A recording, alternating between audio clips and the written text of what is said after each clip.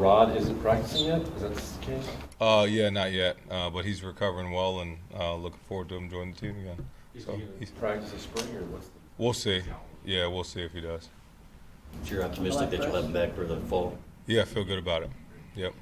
Left tackle, can you just talk about how the line's shaking out and where guys are starting out in the spring? Yeah, I mean, day 3, so there's no. I mean, it's constant, just rotating guys in, and I feel like they're competing at a high level. I feel like the D-line challenge them at the high level. D-line's gonna be really deep, really good, but it's day 3. There was the first day in pads on Saturday, and second day in pads tomorrow. So we'll see where it goes. Will Evan still be working at left tackle? Yeah, he'll work it left, work it right. So it's just it'll be a wait and see game because it's just so early in the progress. But feel good. On the left, Isaiah.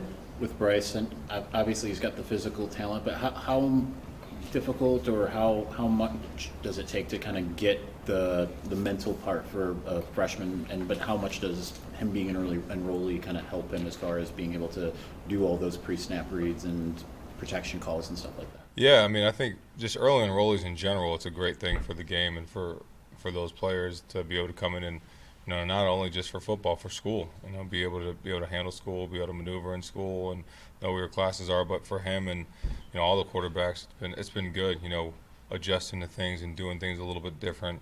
But he's done well. He works his tail off. He's in here late, in here early, and those guys are really working hard to compete at that position. Austin. Last year with quarterbacks, reps were based on seniority, just in terms of who's out there first.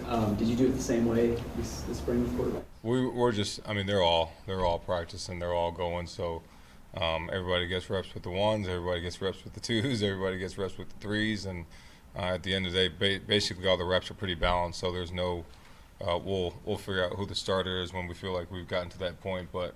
Yeah, day 3 again. Guys have been making plays, so it's just been everybody gets even reps throughout practice. Charles. Yeah, TJ said last week that the duo of him and Derek can be scary this season. Why was it so important to bring them back, and what are the expectations for those guys?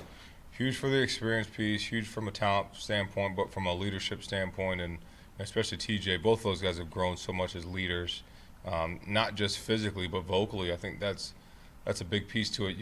You want, everybody says you lead by example. Well, yeah, you got to lead by example, but sometimes you got to say something. And he's definitely taken that next step and being one of those guys to be a force on the field and off the field in a positive way. So very proud of them, and it was important, that we got both those guys back. I think there'll be a dynamic duo in college football next year, along with Dom Nichols and Cam Brandt. Those guys have showed out just as much as they have. I feel like we got 4 guys on the edge that are going to be pretty good. Yeah, you mentioned TJ being more of a leader. Is that what went into the number change? You said that you offered that to him? Yeah, I felt like he's kind of taken that next step. And he mentioned to me about that number, and then he was kind of held back on it. He didn't want it. I was like, dude, you've earned it. Like, you've earned that right, the way what he's done off the field, changing his body, the leadership he's taken, felt like he deserved that. So, yeah, definitely felt that was a big part of it. Stand right here, Ryan. How much more do you think can be added to Jay Sean's play this year? Where would you like to see him play for most of his snaps this year? I mean, I just want to see him on the field because he's a really good football player, and he's so much more comfortable being just in the Michigan helmet and being a part of the Wolverine and being a part of our family. And you can see it in how he approaches the game, how he studies the game, how he handles being around his teammates. So there'll be, he'll be in multiple spots and doing different things throughout the year, but excited about his progress too and where he's been. In the front here, Dennis. Some of the guys last week talked about Browder, the freshman, made a nice catch. Has he done more to flash? Can you talk about the wide receivers and just how many plays these guys are making, what you've seen from them? Yeah, I feel like that group is really, I've obviously grown in size. That was an emphasis for me. I wanted big receivers, and with him and Donovan McCulley and bringing in Jacob Washington, even Andrew Marsh, he's not a small guy. He's a long limb guy. I felt like we bring in really good size in that group to help us be more explosive in the passing game, and that's what I wanted. And those guys have made plays, and it's been fun to watch, and it's been great for our defense and great for the DBs and to go over guys that are bigger because as we know in the games that matter, you're going to have to play really big dudes that can go get the football up in the air. So it's been awesome. It's been very encouraging to watch them all. Wink didn't want to mention anybody because they didn't practice yet, but he did say Earl seemed like he lit up a little bit when he talked about the DB. Has he done some things to flat? You can see it. Yeah, you can definitely see it, especially being that size and that long. For a true freshman, he's definitely flashed and made the plays you would think he would. I just reserve reservation to say anything else until we tackle and we really play football, because the first 2 days you're in helmets and spiders. So it's tag off, and then yesterday or Saturday it was thud. So it's good football, but we want to hit and tackle and see what we're really all about. On the left, Isaiah. What have you seen so far from Justice Haynes, and what does he bring to the table? Where do you see his kind of trajectory? Yeah, you see him as a guy that's another leader on the team. He's the dude only eats like one ingredient foods. That's why he looks like a statue. He takes care of his body in every way. He's a leader off the field with how he approaches academics and his social life and everything. And on the field, he has that mentality about him. And you can see his experience in him playing in big games before and understanding the game and understanding the moment, understanding how to prepare. So he brings that to that room and to the offense and to the team. So it's been great to have him around. Stay on the left, Anthony. Yeah, you guys got an early look at Mikey Keene last year, and I guess when it came time to address that need in the portal, what did you like about him, and what have the early returns been? Yeah, I mean, I think the first thing we saw is when we played against him. I remember watching him in the summer, and I was like, damn, this kid's pretty good. Like, damn, we got to deal with this dude game one. Like, man, he's making all these throws, experience, and, I did a study of all the guys that the most snaps guys played, and he's played the most snaps in college football on the team, over 2,000-something snaps. So a guy that's played a lot of football, understands the moments, understands the big moments, understands what it takes to be really good, and he's been a great addition for our football program. How is he a contrast to what Bryce brings? Obviously, size is a little different, but talk about a guy that knows the game, extremely intelligent, wants to be a coach after he gets done playing. So, the experience piece is the biggest piece there. Stay on the left with the Daily. Yeah, last week Chip Lindsey mentioned that a starting quarterback would be named when he felt that they were ready. What does being ready as a quarterback mean to you? Yeah, I mean, it's a feeling, that the guy that's making the most plays, that has the command of the offense and command of the team, because it can't just be the offense, it's got to be both sides of the ball. So we'll know whenever that happens, not in a rush to make that decision. So it's been a great competition so far, but it's been awesome to watch those guys. They just I mean, they're so together. It's a room that's really together and that understands it and support each other, which is really cool to see. On the left, Chris. Obviously, you don't replace a Mason Graham, but you see Rayshon elevating his game, and then what have the transfers brought? Yeah. Rayshon's done an outstanding job. Yeah, really great offseason. Looks great.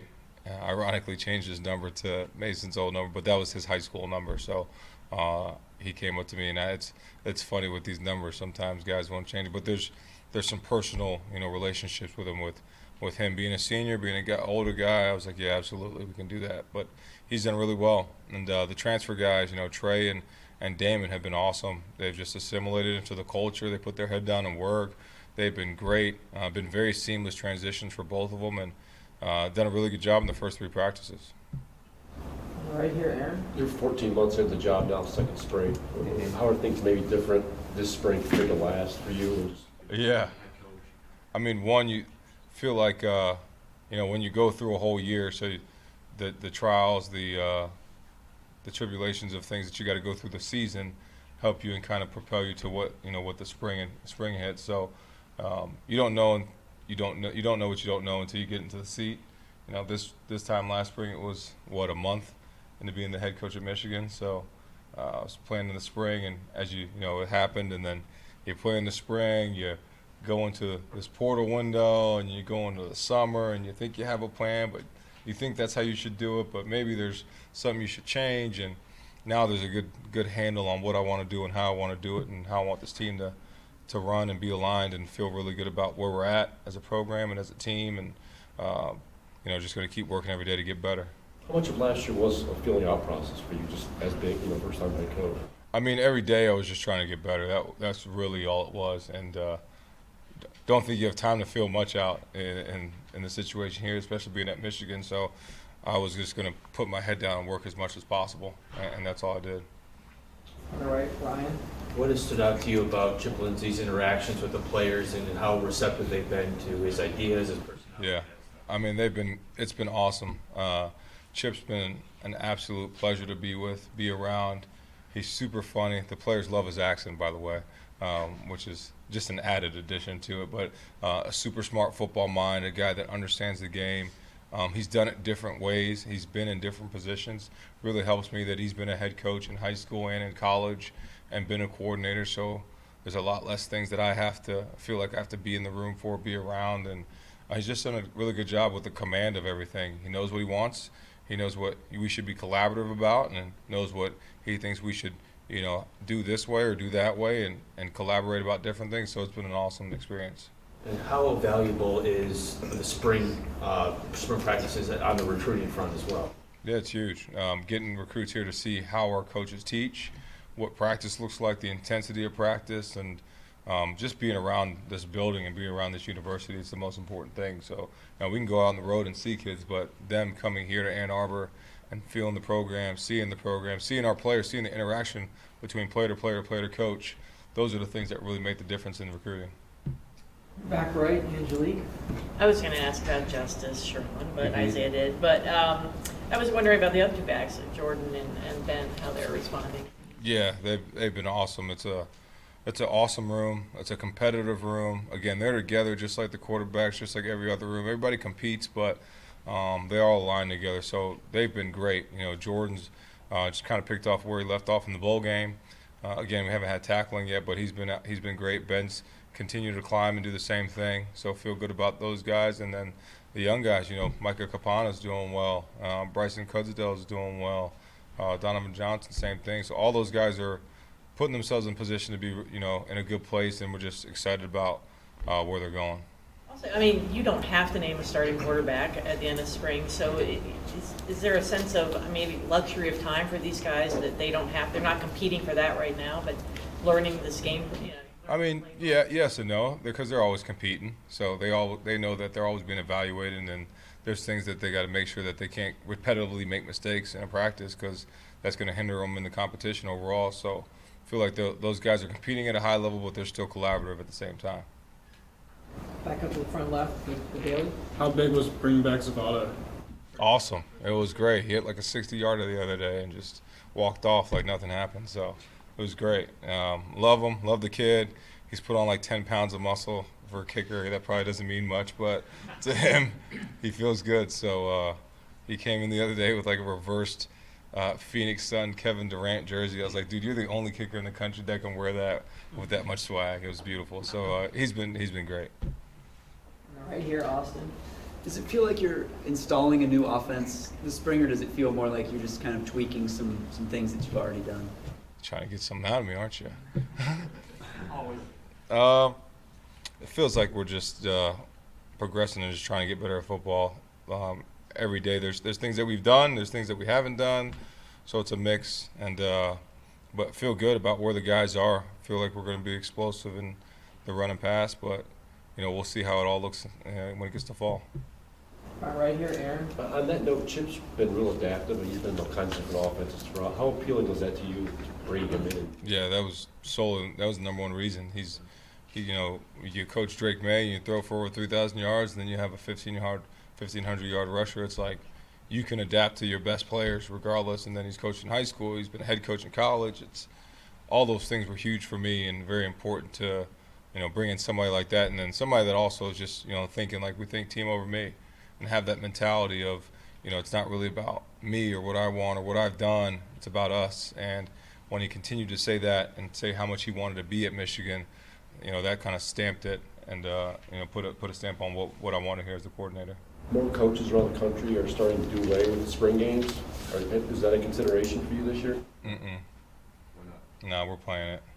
Just because, one, it's a great opportunity for our players and our fans to be out there and see, just the team in general. Now, we're not going to run every single play and do every single thing, but it's a great opportunity, and especially for the guys that might not get the chance to play on the Big House on Saturdays as much as others. So it's a great opportunity for us, and everybody talks about the portal and all that, and we all know that regardless, you have to have a great relationship with your players, regardless, and that's what we're going to do.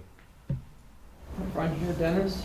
Even though it's day 3, could you talked about Barham, or Wink did said he could play maybe edge, maybe linebacker. So could you go over some of the linebackers and tell us as much as you can about them? Yeah, I mean, Ernest and Jay Sean have been great. They just kind of picked up where they left off and been even better. Been really good to see them. You know, Jimmy Rolder playing both spots. He's been awesome. He's been great. Jaden Hood, Cole Sullivan. You know, he's gotten bigger, gotten stronger, continues to get better. And Nate Owusu is another guy that stands out with Chase Taylor, freshman. It's a deep group, and it's a fun group to watch. All athletic, all big, all long, and I feel like we got a chance to be really great in that group. Got time for a few more. We're going to start with Patrick. It's for the end, really. You want to wait to the end? Yeah, let's do the All end. right. Cool. Ryan? Wink spoke last week about the challenges of the 105 rule and what that might, how that might impact the team. I guess what are your thoughts on that and any effects you've noticed from that so far? Yeah, I mean, I think it's naturally going to cut down your roster in certain ways, and we'll be prepared for that. But right now, we're just, we're working with the team we have, and we'll make those decisions as the spring goes. But that's all the rules aren't finalized yet, so we got to get a finalized rule on what and when and how and all those things. So that's going to be part of the situation and the discussions when we have those. Is that looming decision kind of creating any headaches for you as a coach? Or? No, I try not to think about that stuff. It's there and we're playing for it, but I'm not going to dwell on it because I can't control it.